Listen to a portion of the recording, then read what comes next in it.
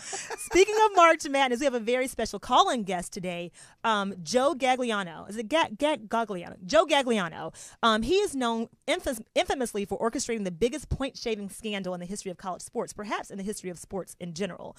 His book, No Gray Areas, details his very first forays into the questionable decisions that took him from being a 20-something-year-old, trader, assistant, who turned into a multimillionaire by betting on games, which then landed him in prison. So he's now a convicted felon.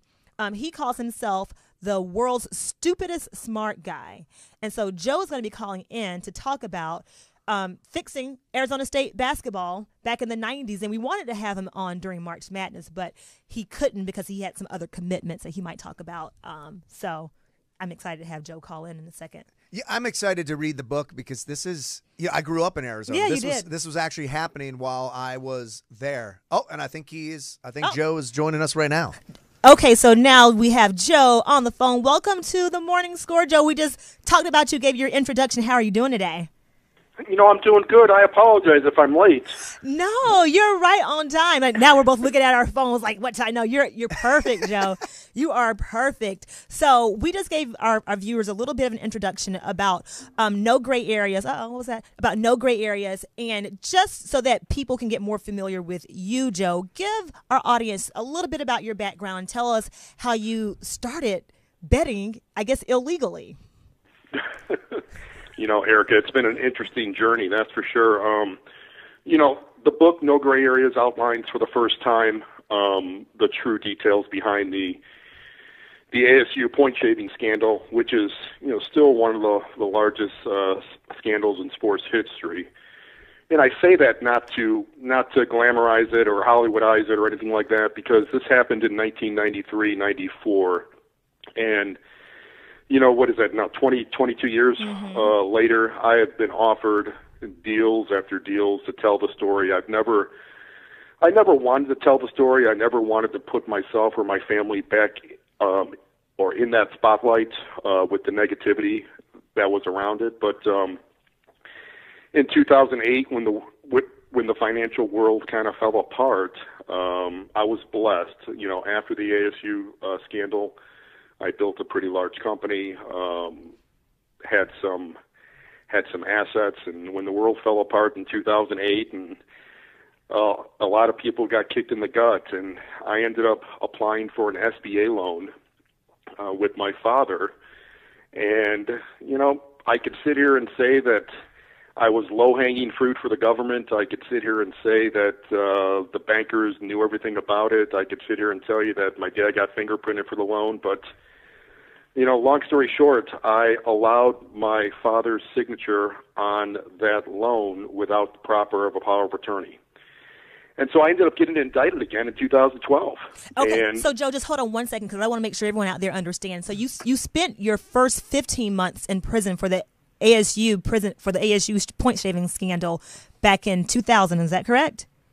That's correct. I got indicted in 98. I got sentenced in 99, and I spent pretty much all of 2000 plus in prison for the point shaving scandal. And then you got in more trouble after the financial. No, Joe. Listen, we're not ragging on you. I just want people to understand. No, I get it. I put this book out there with the goal to try to show people and teach people that some choices we make in life will have a consequence, no matter how big or how small we may think they may be. And so, in 2012, I got indicted again for conspiracy to commit bank fraud, and there's just no way you're going to fight the federal government. So I ended up pleading guilty, as innocent as I thought I was to many of the charges that they brought. I did allow my father's signature to be signed on that document without the proper power of attorney. And so, if I would have fought him in trial and I would have lost, I would have been looking at a mandatory of 10 years. So I took a plea deal and I got sentenced to 30 months. Oh, wow. Okay. That sounds pretty reasonable, Joe. I mean, reasonable. Okay.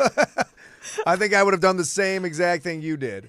Now, Joe, I want to go back to the point shaving, just from that moment. I mean, you're a pretty young guy, And for any young guy that has this opportunity, I mean, it's got to be incredibly hard to say no to this, because point shaving, from my experience, and I lived in Arizona while this was going on, so I remember when it all came out.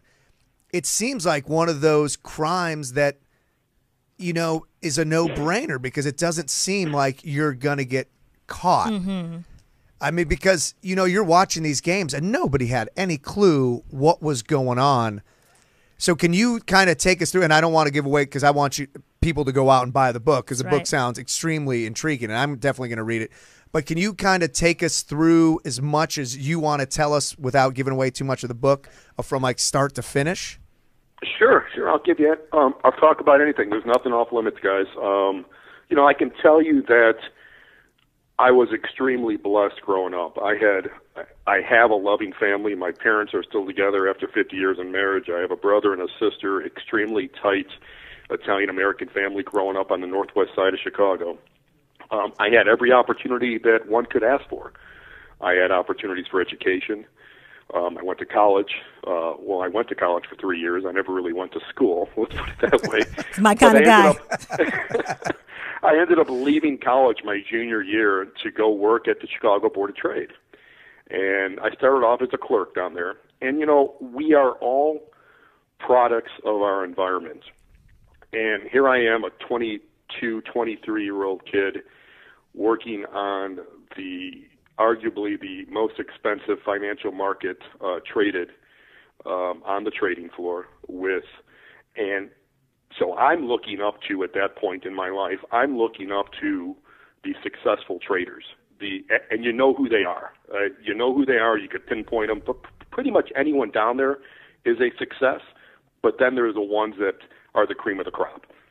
And in order to become a successful trader, you are playing in the gray area. Yeah. There's just no way around it.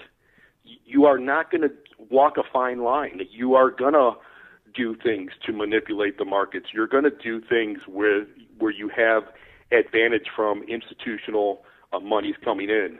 So that was what I learned at an early stage in my life. I learned acceptability to the gray areas. And that acceptability, taking that first step and compromising my integrity for the first time at the age of 22, 23 years old, and learning that it's okay, that kind of morphs into making decisions, whereas when the ASU thing is presented to me here 2 years after I'm on the floor at the Board of Trade, only because my brother is going to school at ASU, I didn't have the character or the integrity at that age to say no to it, because I was already embracing the gray areas that people were doing on the trading floor. And isn't it difficult to make a decision that is online or indicative of your moral compass, if you will, when all the powerful people around you who are rich are doing shady shit every day? Like, I can't say I blame you.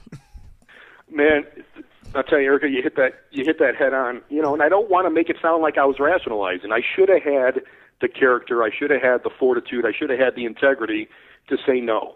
And I was raised better than that. I was raised in a great family with values. My father was a police officer in Chicago for years. I should have been strong enough, but I wasn't. I was weak because I wanted instant gratification. I wanted to be accepted into the world that these guys were in, and the easiest way to get there with the path of least resistance was to accumulate money. This way I could trade. And so, yeah, you hit it right on. It's all the upper echelon is doing it, and they're getting away with it, so why shouldn't I? So why shouldn't you? Yeah, I mean, when your role models are doing it, it's I can see how you justify it. Like, get on board or get left. Yeah, and I actually, Joe, it's funny. I lived in Chicago, and I had some buddies who were clerks down at the board, so I know exactly how easy it is to kind of get in there. Yeah, and for our non-sports viewers out there, kind of walk us through, Joe, your very, very first game that was fixed that you worked with, Headache, and the center. Were both of them involved in the very first game and fixing that very first game, Norton? No, Erica, it wasn't the center. Mario Bennett was the center. He went on to have a little bit of a pro career for a while. I think he played out there by you guys in L.A. Mm-hmm. It was Headache Smith, which was an absolute stud, academically a stud, led the Pac-10. It was the Pac-10 at that point, not the Pac-12 as it is now, but led the Pac-10 in minutes played, led the Pac-10 in free throw percentage, 3-point shots and made, defensive All Pac-10 Player of the Year. I mean, he dictated everything that happened on that team. Bill Frieder was the coach, Yep. and Bill just relied on Headache to run that team and to run that offense. I mean, I pretty much think he played 40 minutes a game that year.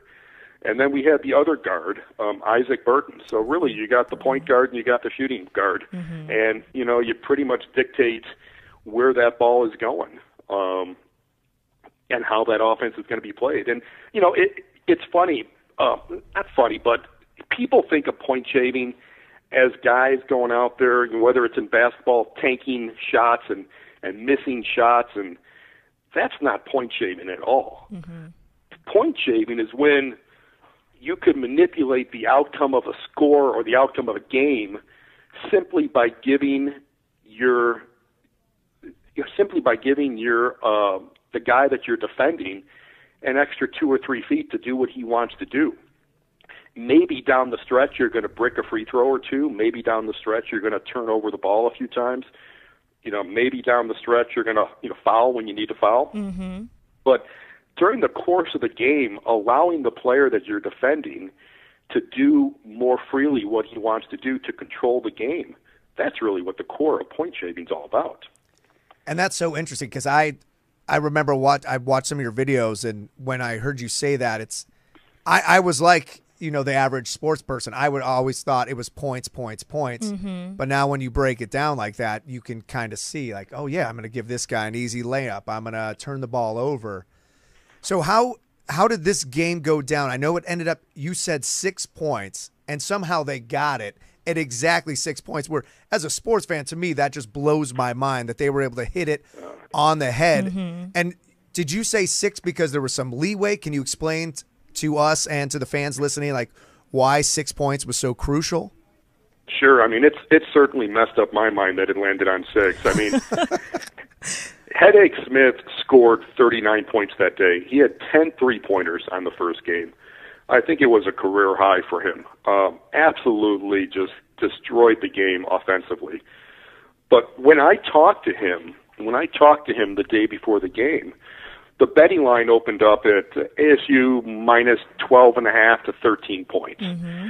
So I knew I was going out to Vegas with a boatload of money. I knew I was going to bet with every bookmaker I could possibly get an account with, and I knew the action on that Thursday night game was going to move that line a little bit, because odds makers and bookmakers, the end of the day, a bookmaker doesn't really care who wins or who loses. All they care about is the 10% that they're charging. So, everyone that goes, Vegas makes money because everyone that goes to Vegas pays for an opinion. So whether, if the Bears are playing the Packers and you guys bet the Bears and I bet the Packers, the bookmaker can care less who wins because they just made 10% off both of us. So that's the bookmaking game. Okay. But you look at this thing, the line opened up at 12.5 or 13. I knew when I bet the game with the dollars I was going to bet that the line would come down a little bit. So I figured, okay, if I move the line 2 or 3 points, the closing line is going to be 9.5 or 10, let's call it. Okay. So at that point, I told Headache the day before the game, I said, listen, this game's got to land 6. If it don't land 6, you're not getting paid. And the reason why I did that, because I figured there was no way in God's green earth this guy could possibly hit the number 6. He's going to miss it by a bucket. He's going to miss it by a couple buckets. And even if it landed 9, I'm still going to cash these tickets. True. And Joe, I want to ask you really quickly, did Headache already have a gambling debt at this point? He did. My brother went to ASU at the time and lived next door to a bookmaker on campus by the name of Benny Silman. And Headache and Benny lived next door to each other. And I guess Headache got into Benny for around $25,000 was the balance, in addition to what he had lost during that football season, what he had already paid. So this whole thing started with Headache trying to erase that $20,000 or $25,000 gambling balance. Okay. Oh yeah, no. So then he lands on the 6 miraculously, and everybody's happy. So game 1, everybody's feeling good, and then Well, I was feeling good. I don't know about everyone else. You're rolling. How much did you make? How much did you make off of that game? You know, the first game, Erica, and it's all documented in the book. The first game, I brought $500,000 up in Vegas, and you know, I had 15 bookmaker accounts on the East Coast and in the Midwest. So, you know, I did well. You know, I know it was probably north of about $1 million after everything was said and done on the first game, and you know, it was.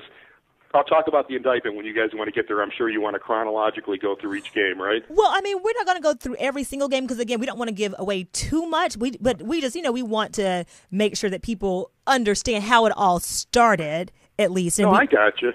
Well, you know, the first game was a Thursday, and the second game was a Saturday, and it just so happened that Sunday was Super Bowl weekend, and the Dallas Cowboys were playing the Buffalo Bills.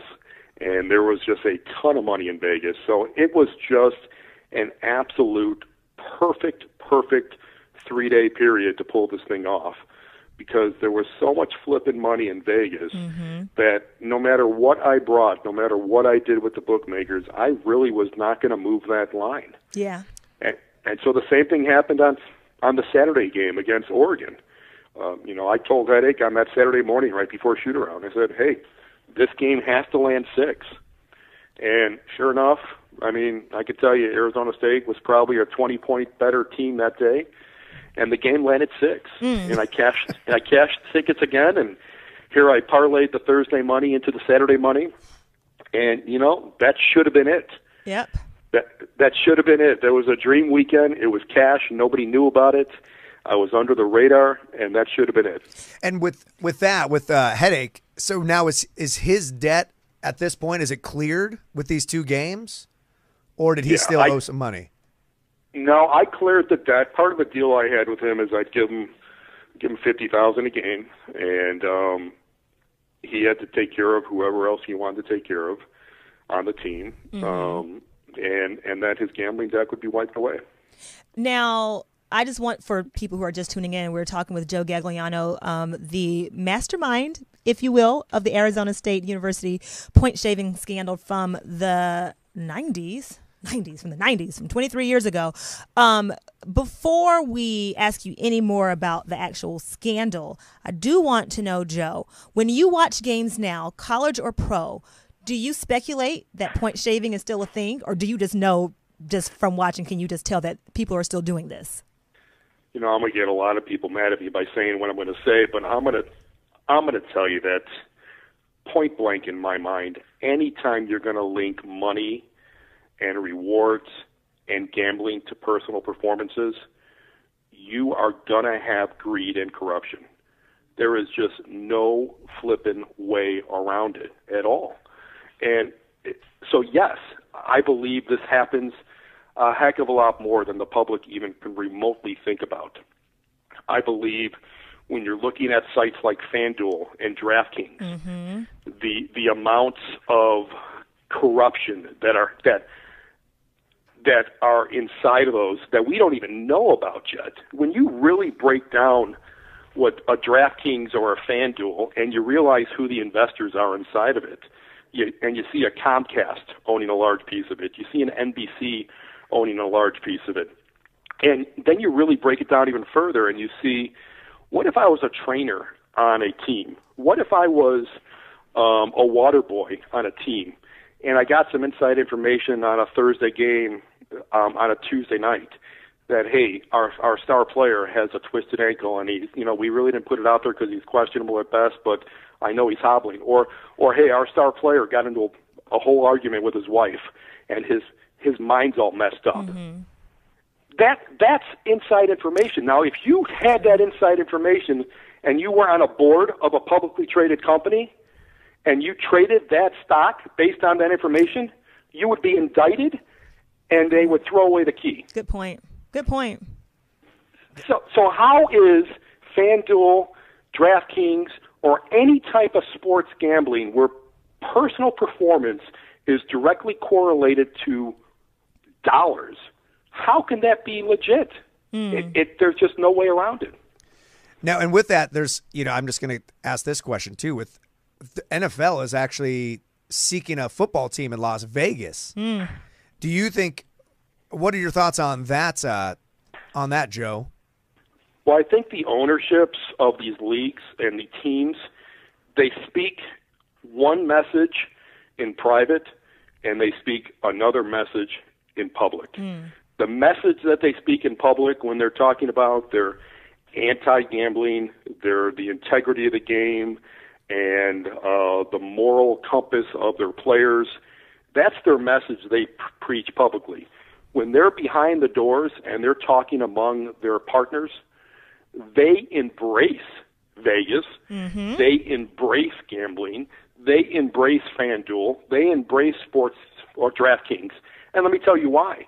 Because when, like an idiot like me, let's say I had an account on FanDuel, and let's say I was home tonight and doing nothing but flipping channels on TV, and all of a sudden the Houston Rockets are going to play the armpit of the NBA. I don't even know what team's out there that's lousy right now. Lakers. Let's say the Rockets are playing the Lakers. Okay.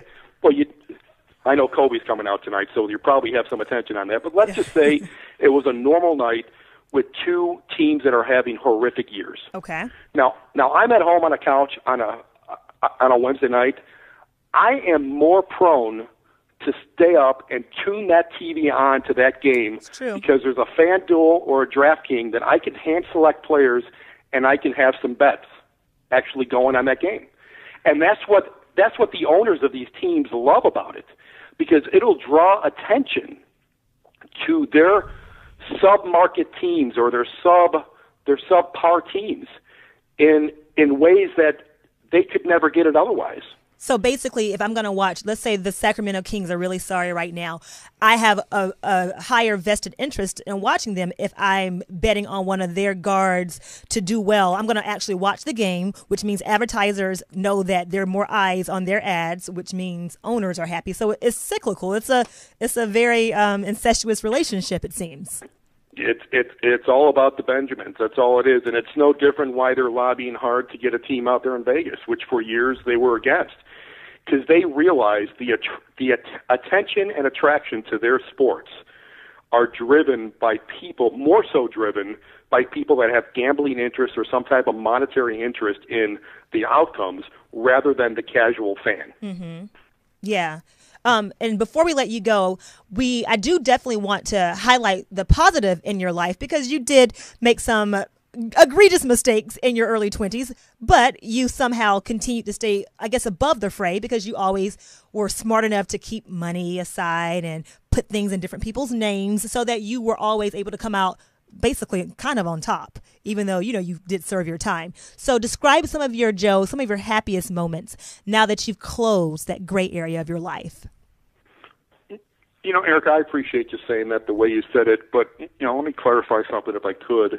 The haters are going to hate no matter what. I mean, I typed this book, and I decided to print this book, when I got out of prison, and I Googled my name, and I saw a magazine called The Mob Report, which I don't even know how the heck there's a magazine called The Mob Report. You're a mobster now, Joe. You're a mobster.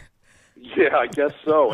And it was a 20th anniversary of the ASU thing, and these guys went in there and said that I was related to the notorious Joe Gagliano. I was his nephew, who's the crime boss out of Chicago. I'm involved in prostitution, loan sharking, all this craziness, right? Now, I've got 4 kids. My oldest kid is 20. My youngest son is 7, soon to be 8. And I'm thinking about this stuff, and that perception is reality. So my oldest daughter, her boyfriend, her parents thought I was the devil, because that's what their perception was about me, was what they saw on the internet. So that's when I decided to finally publish it, and I decided to finally put my painful journey out there, with realizing fully that the haters are going to hate, and there's no way I'm going to change the haters, but maybe some of the people that don't really know me, that only see the perception of things that were written on the internet, can possibly understand that, hey, there was a rhyme to reason as to some of the poor choices I made, and that I'm trying to use those poor choices now as a platform to possibly help people that might be facing some choices themselves, and to let them know that there's a consequence for all the choices we're going to make. You want to jump in Yeah, there? well, yeah, and I'm just, and I think that's such a great thing, because one thing you said earlier is just, getting to that goal, but doing it as quickly as possible. And hey, shaving some points on a game is going to get you rich quick. But I love that now you are, obviously, you serve time, you dealt with the consequences, and just putting it out there saying, hey, trying to do things quick is not always the right way, and just be prepared if you're going to try to handle that. So I think it's a great lesson that you're providing people. Now, Joe, this would be a spectacular movie. Is there any thoughts of like a movie potentially? Well, I'm going to tell you guys, straight up, as candid as I can. I've been approached by several different operations, several different production companies. And I'm also going to tell you this. For me, it's not about dollars. Like, people say, oh, yeah, he's a 2-time felon. He wrote a book. He's trying to make money. Man, I'll go toe-to-toe with that person 8 days a week, because that is so flippin' far from the truth. And you already have money, too, though. No, well, money is a frame of mind. Money is it's a whole different view of money now than I had 20 years ago. Okay. Now it's like I'm performing for an audience of one, and I know who my one is, and then I've got my family to take care of. So that's my perception of money. I don't have to impress anyone, but I'm telling you straight up, I've been offered 7-figure checks in front of me that I have flat out turned down, because it's not. I don't want something out there that's going to be Hollywoodized or sensationalized. It's something that, if something's going to be out there, it's going to outlive my years. It's going to outlive it'll be my legacy for my kids. And I don't want a message out there that's not going to be built on integrity and built on the truth of the details that happened. Nice. Everyone out there, you can go to NoGrayAreas.com, and that's Gray, Grey, NoGrayAreas.com. You can get the book on Amazon. It's one of Amazon's bestsellers right now. You can follow No Gray Areas on Twitter at No Gray Areas, and also on Facebook at No Gray Areas. Look, Joe made it so simple for us. We can find you at No Gray Areas all over the internet. So simple. It's foolproof. We got you. Tried to make it easy for everyone. And I love it. I mean, I could sit here and ask you questions all day, but you know what? I'm going to go out. I'm going to buy your book, because I'm so thoroughly intrigued, and I hope all of our fans are intrigued, and we are able to ask you enough questions to really get those juices flowing, so people will go out and read the real story behind. Yeah, it's a great book. I finished it up yesterday, and I emailed you. I let you know that I was beyond intrigued, and that is the honest to God truth. We appreciate you for calling in and joining the Morning Score Sports Show with Erica and Trevor. And you have to either come back on the show via call-in or Skype, or when you're in Los Angeles, you have to come sit on the panel with us. You guys have me whenever whenever you could have me. I'd be honored to be on the show. So. Erica, you have my information. Trevor, you have my information. Don't be afraid to give me a call, whatever I could do. All right, Joe, best of luck with No Gray Areas. We'll be talking to you soon. Thank you. Thanks, Joe. All right, guys. Thank you, guys.